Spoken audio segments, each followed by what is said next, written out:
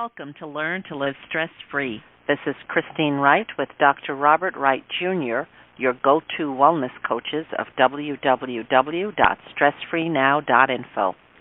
Our featured guest today is Dr. Judith Glick-Smith, speaking on enhancing communication for better understanding.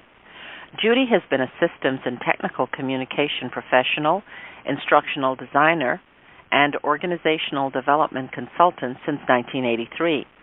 She is president and CEO of Mentor Factor Incorporated, which focuses on teaching individuals and organizations the art of flow-based decision-making through the design and implementation of user-centered systems that facilitate productivity, efficiency, and innovation. Recent clients are the University of Pennsylvania, Southeastern Pennsylvania Transportation Administration, NEC, Health Teacher, Deloitte, and the Social Security Administration. She is a graduate of the Transformative Studies doctoral program with a concentration in Integral Studies from the California Institute of Integral Studies.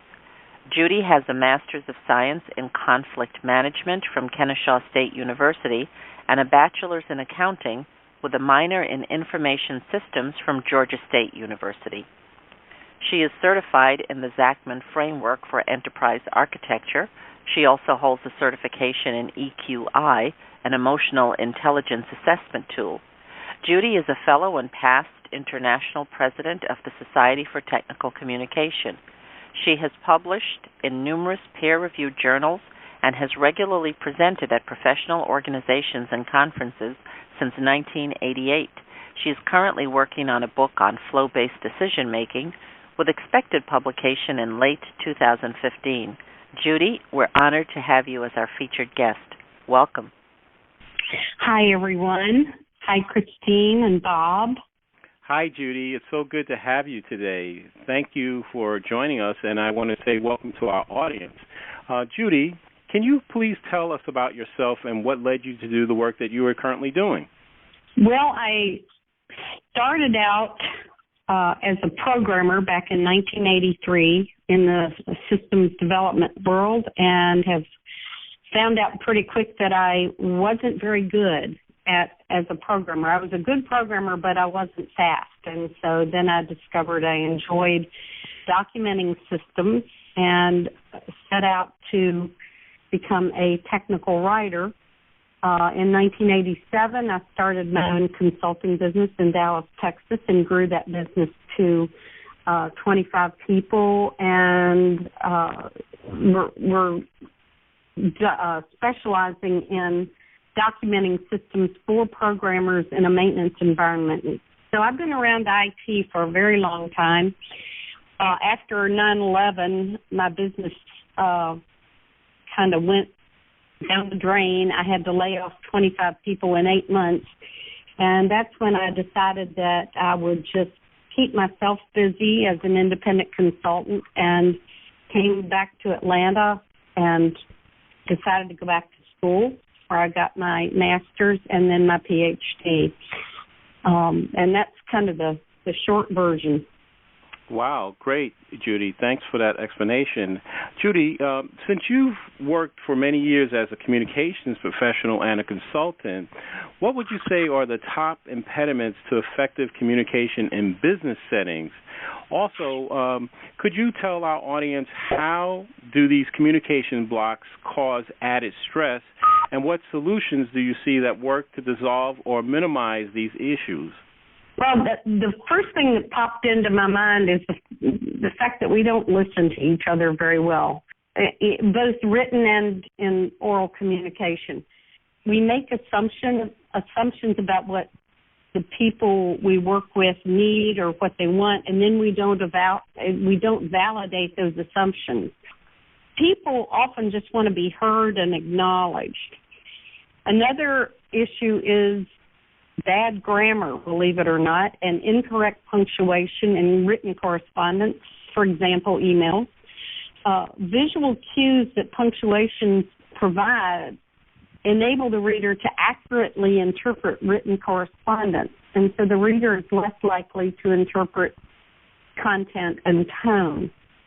Another source of communication block is the lack of situational awareness. We don't recognize when a phone call or a face-to-face communication is warranted.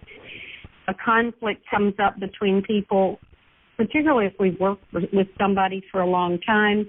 We tend to read tone into written correspondence, and that tone can cause conflict without any kind of intention of causing conflict.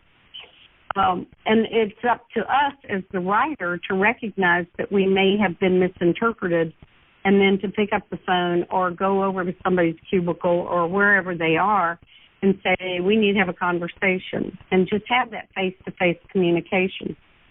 So we need to be aware when it's appropriate to respond directly to an individual, rather than oftentimes when the conflict spiral starts, we want to pull in everybody else, take sides, and then eventually it becomes intractable.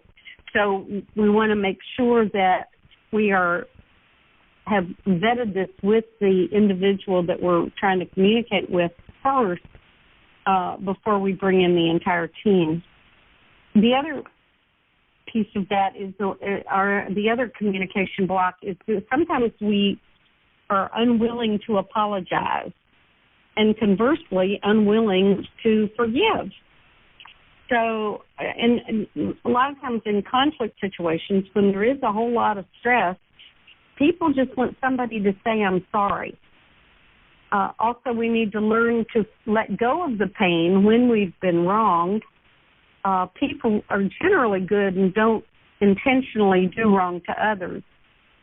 So it can be hard sometimes, but when we resist forgiveness, we keep ourselves in a place of stress and unwell-being. The breakdowns in communications will lead to conflict. In the systems development world, for example, not listening to end users can be very costly because the systems that are developed are not what the users need to do their job. In general, communication breakdowns lead to wasted time because you have to mediate the conflict, siloed environments where people just don't share information, and ill will toward fellow workers.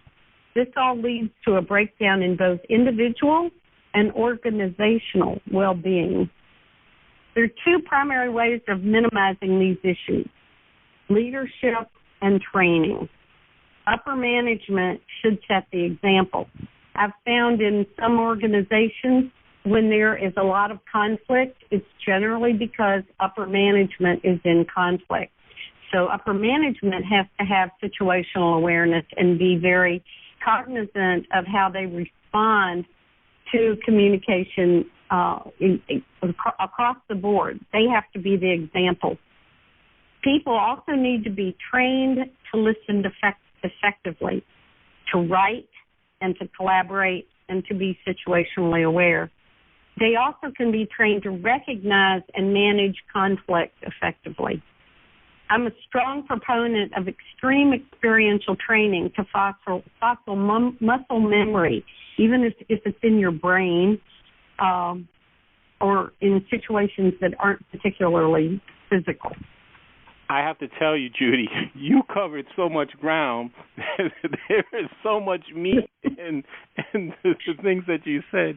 I just want to briefly ask you about these 2 points. I mean, I was taking notes while you were talking because in the period of time you spoke, I actually saw an article and or a book for each one of the things that you mentioned. The thing that you said about the inability to apologize and inability to forgive, and then the inability to person when the only part you left out is when the person knows that they're wrong.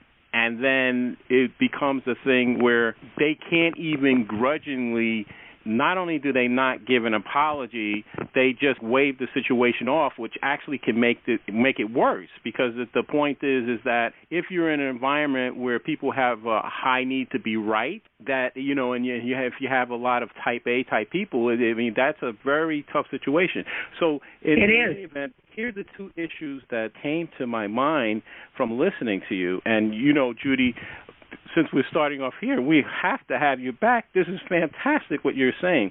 The first point is that you made me think of NLP styles, neuro-linguistic programming styles, that I'm wondering, in your experience, have you found that much of the conflict or any of the conflict may be due to the difference in learning style? So, for example, a person who is visual writing a letter use visual words. A person who's kinesthetic is using kinesthetic words. A person who's auditory is using auditory words. A person who's auditory digital is using a different phraseology. And then likewise, on the flip side, when the communication is received. And then on top of that, there seems to be a structural issue. For example, when you're in person, you can pick up the nonverbal cues. So, for example, many studies have showed only 7% of a communication between people are the words. So if a person, what I'm getting at is that in person, you can pick up eye movements, the head shift, the way the person's breathing, their posture, if the person sighs, or if they roll their eyes while they're talking to you. Or you can sometimes even pick up sarcasm.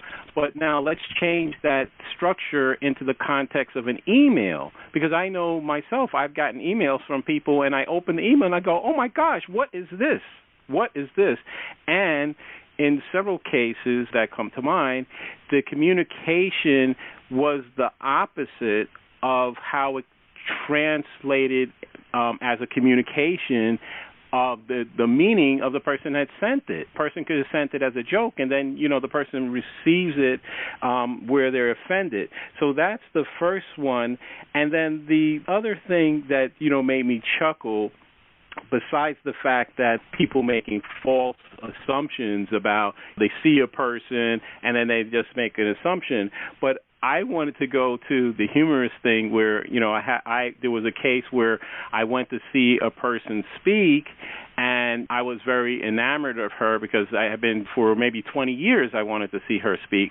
So now I finally saw her speak. She did her workshop, and I came up to her afterwards, and I'm talking to her, and I'm just going on and on and on, and then I'm not picking up the cues because I was so excited that she needed to leave to go to the bathroom. In hindsight, we laughed about that so much because she said, didn't you see me shifting from one foot to the other foot to the other foot?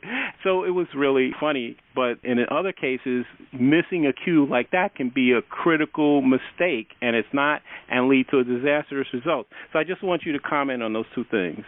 That's what I talk about. That's when I'm talking about being situationally aware. That's what I'm talking about. Paying attention within the moment to what's going on around you while still being excited about, talking to the person or whatever. But we all do that. I mean, so we can't beat ourselves up about it. But that what we do is we practice that over and over again, being situationally aware within those moments. So, and we still fall back and have those issues. As far as NLP, you mentioned NLP. I am not trained in NLP. I know what it is. Remind me what you were asking me about that. I can use the analogy of non-NLP, just basically that, as you know, some people are highly visual and other people are not. Oh, yes, yes. So for example, here's a good example that I just thought of. Several years ago, Hillary Clinton gave a speech, the commencement speech at Yale University. And during that speech, I was surprised at something that she said. She said that she said, some of the people are not going to like what she says, but she said, if you're a woman, people pay attention to your hair which is I'm saying that's visual, more than if you were a man. Then so what she was saying is that hair matters. And I remember when I heard that, I said, oh, that is a shame if that's really true. And then I started asking many women, and they said, oh, yes, it's true. You know, a guy can come in and his hair is not combed, but if a woman does that, so that's a visual thing, and then it's also a cultural thing. But I use that example because I'm saying if a person is highly visual, and then, for example, highly visual might mean, you know, they're into fashion and styles, and even Christine talks about when she was in publishing, they would have meetings about the proper size of a comma or whether to put a semicolon, et cetera, and then other people don't see those things. And so it's perspective. So the kinesthetic person is more feeling, you know, like how kids might want to touch things. And then the auditory person, the words that, for example, that when someone would use improper syntax or phraseology, it would bother them more than a person that, say, might be visual or kinesthetic. That's what I meant. Right. And yeah, the answer is yes, that does matter, and it is important. Peter Drucker wrote a book called Management Challenges for the 21st Century before he passed away. It's one of the last books he wrote, and in that he has a chapter about communication. And he suggests that when we work with people, we find out that each person needs to take responsibility for the communication. That means, and by that, he said, find out what your coworker, or you can put that in the place, you know, you can put it in the context of family or whatever, but find out how that person you work with or live with needs to receive information. And then make the point to deliver information and communication in that way. It's your responsibility to make sure that person gets the information that in the right way that they need it. The other side of that is the person receiving the information has a responsibility to say, I didn't understand, or I'm not sure I am interpreting that correctly, or whatever. So each person needs to accept responsibility for the communication. So does that cover it for you? Yeah, that was very good, very excellent. Judy, I'm with Bob. The information you shared is really wonderful. It's certainly been a journey from your technical beginnings to your interpersonal. You know, maybe if humans had a little bit more machine-like quality, it'd just be easier to line us up and understand. It would. Now, can you define for us and explain more for our audience exactly what technical communication is and how people's lives are affected by this type of communication? Sure. Technical communication is refers to a range of communication fields. It's everything from technical writing, where you'd be writing manuals or technical reports, to developing help systems for, computer applications, to designing instructional materials, to designing user interfaces. And I even have a friend who designs user experience. So he has a PhD in user experience design. So that, and it goes on and on and on. And as the technology gets better, more forms of technical communication appear. So it's kind of an umbrella term for all these different ways of communicating the right information to the right person in the right format so that that person can complete a task. So that's, in essence, what it is. Fantastic. So when we go to Microsoft technical support pages to find an answer to a problem, we access technical communication. When we read the annual report of a company, we're reading technical communication. When we take an online class or we're accessing, we are also accessing technical communication. So it affects our lives every day if we use technology. But even if one doesn't have a computer, they may have to read instructions on how to use an appliance or put together a piece of furniture. And this, too, is technical communication. Right. Wonderful. You know, as I'm listening to you, I love that phrase that you used. It's so exotic, user experience design. And there certainly is much more interplay between humans and machines. Online learning, you know, is K through 12 now. It's not just at the university, college, and graduate level. And right. So we certainly, each of us, whether we have a computer or not, there is this need to understand how to interface with a machine. And certainly there's so many nuances in human communication. You know, when you were speaking to Bob and you talked about tone, that so much communication is made and lost in tone, and it's not necessarily malicious intent, but because we misinterpret tone, we can easily just go into conflict. That learning how to listen is an extraordinary skill, and I'm not sure how well we're taught that through our lives. Now, that's true. You do coaching and mentoring. How is it that you work with your clients in doing that work? Well, I've coached and mentored people for over 30 years. I've just kind of done it because I enjoy being a cheerleader for people, and I love celebrating other people's successes. But I had an epiphany in the early 80s. My grandfather was nominated for a Nobel Peace Prize. He didn't get it, but he was nominated. And he commented to me at that time, he said, if I had written my life story, I would have gotten a whole lot more done. And that was extremely meaningful to me because I knew what he had done. So at that point in time, I began to write my own life story in advance. And I found out when I wrote it, I started to achieve my goals really fast. And so I came up with a process that works for me, and I've been teaching that process in a workshop called Strategic Planning for Your Life since the early 90s. And the workshop has evolved through the years as I find out things and get new exercises and from other places, and it just kind of has morphed into something that's really powerful. I now do these workshops for individuals, for couples, for teams, and organizations. And it's based on the philosophy that when people have written goals and a process in place to monitor their progress, they're going to live happier lives with an increased sense of well-being. And this has been borne out in studies by the scholars of positive psychology.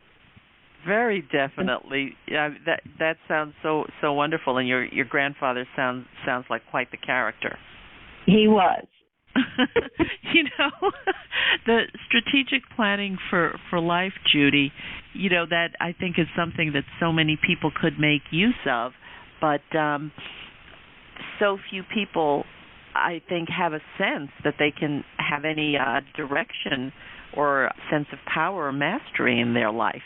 How do you address that with clients? How do you let them know that they can shape their life? Well,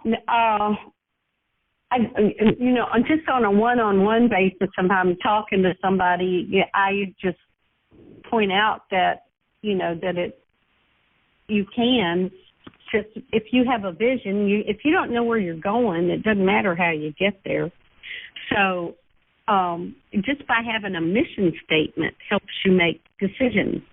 And so I talk to people about that. But when it comes to, most of the time, people come to me and they need a workshop done. It's just recently I did a workshop for some women here in Atlanta who wanted me.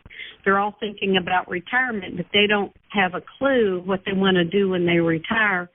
And so we went up into the North Georgia mountains for the weekend, and I took them through this workshop, which they told me was about as intense a thing that they'd ever done in their lives.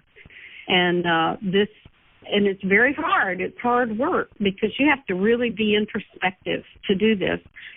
A lot of people just don't want to take the time to do it. But I tell you what, if you do take the time to do it, it's so powerful that once you've thought it through and written it down, there's something magical about writing it, by the way. Once you've written it down, it's almost like it commits it out there to the universe, and things will start happening that just make everything fall in place that makes it work out the way you want it to work out. And that's why you have to be really careful what you ask for. I agree. Thank you so much. I find that working with my own clients when I coach that, sometimes bringing it to the forefront of their mind and speaking the words and writing the words, it brings the awareness and the clarity that then you can begin the work once it's voiced. Exactly. Right. Wonderful. Thank you so much, Judy. Great. Sure. Judy, just wanted to mention to you, when you were talking about the rescripting, it reminded me of a technique that Christine had talked to me about many times called reality tales. We have a friend that actually teaches that, where the person, I believe you start from where you want to end up and work backwards and to create the story.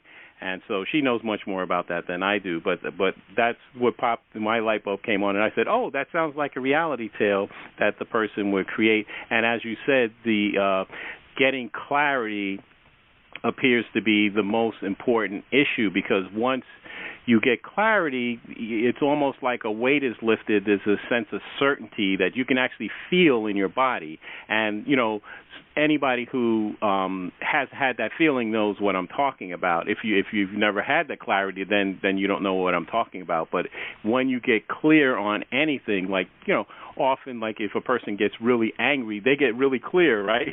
Right?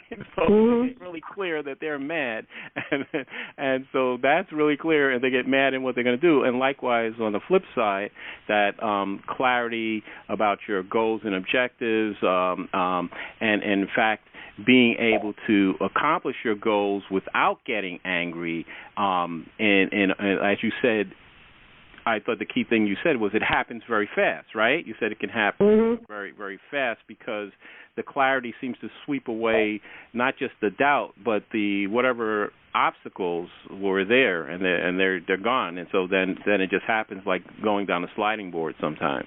Right. So, Judy, I want to move to a little different area here. I'm going to quote from your 2011 study, which was just magnificent. Anyone who hasn't read Judy's study on flow, it just I highly recommend it. You say on page 11, and I'm quoting from your study, positive psychology grew out of the desire of people such as Mikhail Csikszentmihalyi. You have to give me, I can never pronounce his name correctly, and Martin Seligman, to focus on how to make healthy people happier rather than focusing on pathologies of unhealthy people and neglecting the positive side of life. Out of this work came the concept of flow. Can you tell our audience how significant it is to move from a paradigm of pathology that focuses on disease states and negativity to one of positivity, which is hopeful, with a focus on prevention and boosting the well-being of healthy people? Sure. This passage refers to the evolution of the field of positive psychology. Csikszentmihalyi, which is how you pronounce his name. Can you say it again so maybe I can pronounce it correctly the next time? Think chick, sent, me, hi. Okay, and for our audience, I'm going to spell it so that they could see why I was struggling. It's spelled Csikszentmihalyi, Alyi. And it's pretty clear that the end of his name is actually his first name, the same, first name. Right. And so, right. In fact, we had another guest a few months ago who said that he practiced for several weeks just to get the pronunciation right for a talk that he was doing. So it's not just me that struggles with that name. And he's written magnificent books on flow state. So right. You continue. So he and Martin Seligman and others, or many others, while acknowledging the usefulness of treating people who had psychological illnesses, wanted to find out how to increase the well-being and happiness of otherwise healthy people.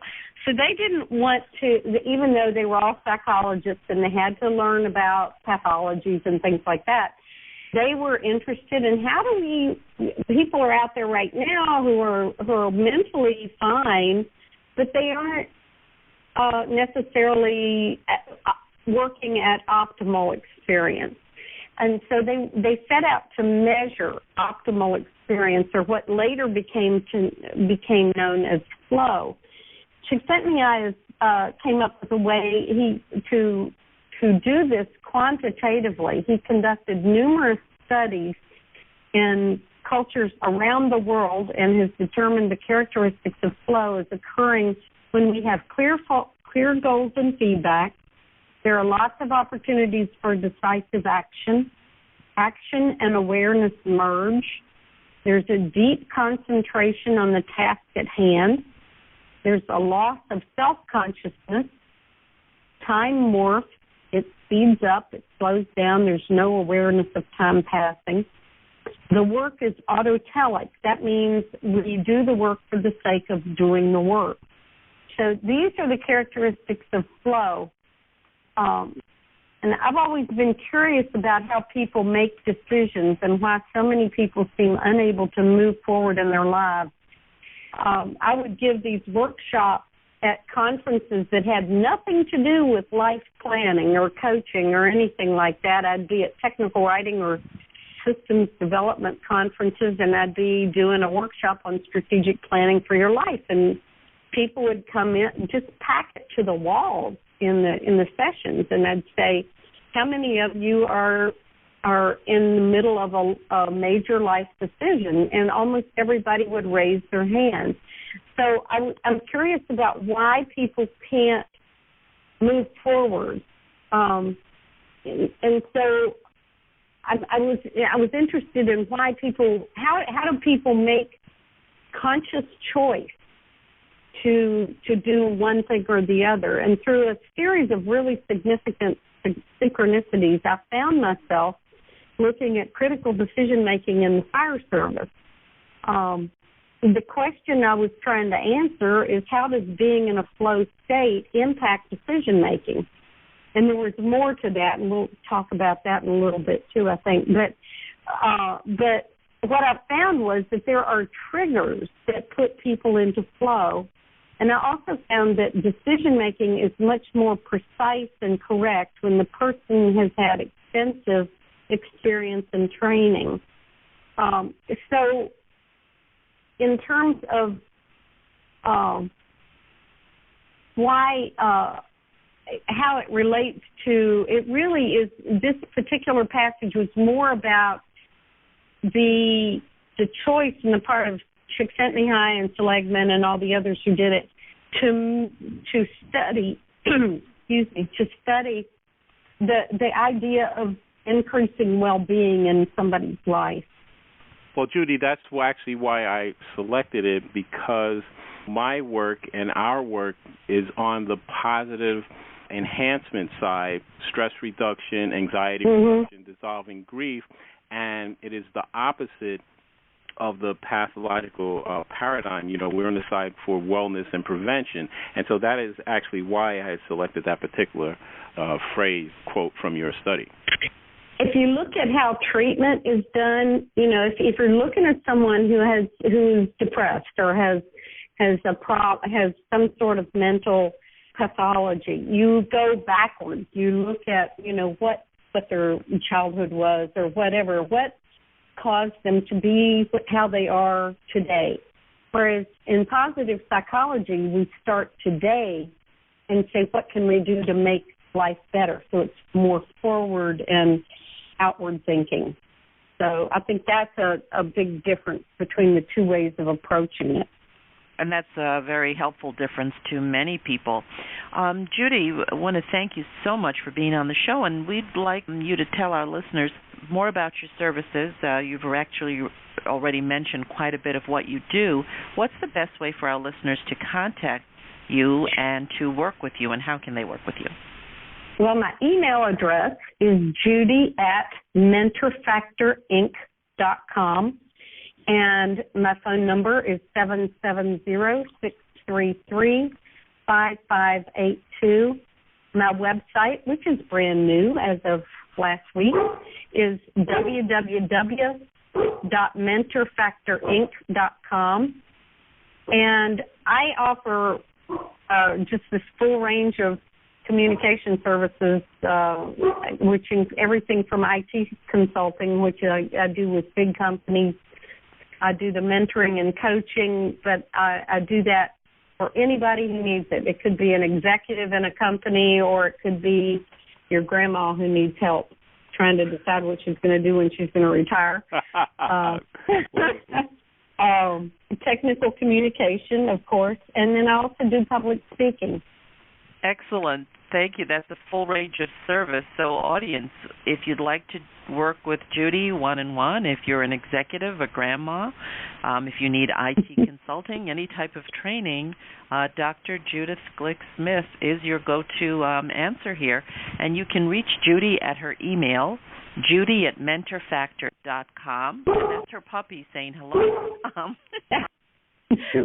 And her email, judy@mentorfactorinc.com. Her phone number is 770-633-5582, and she can be reached at mentorfactorinc.com, or you can see her brand new website there. Congratulations on that website, Judy. Thank you. Judy, the research literature shows that the locus of control is a critical component of stress and anxiety reduction. When people feel more in control of their experiences, their stress and anxiety tends to lessen. I noticed that a key component of your model involves having confidence, a person having a sense of control. Can you briefly tell our audience what role confidence plays in being successful while stresses are simultaneously reduced? Well, this idea of having a sense of control is one of the characteristics of flow. When we're confident, decision-making is much easier. We know instinctively what the right decision is in any given moment or task. However, confidence on its own is not the only thing that lessens stress and anxiety. Acting with confidence with erroneous information can result in higher stress and anxiety and cause a diminished confidence later. That's why training, experience, and situational awareness are so important. Fantastic, Judy. That is a great way to tie that together. Judy, what final thoughts or key idea would you like our audience to take away from today's broadcast? I want to just say tell people to pay attention to what gives you joy in your life. Find ways to maximize those experiences. Develop the support systems and relationship structures that promote the ability to do the things you love. Identify why you are here and write your goals based on that purpose. Develop a process for monitoring where you are in your life.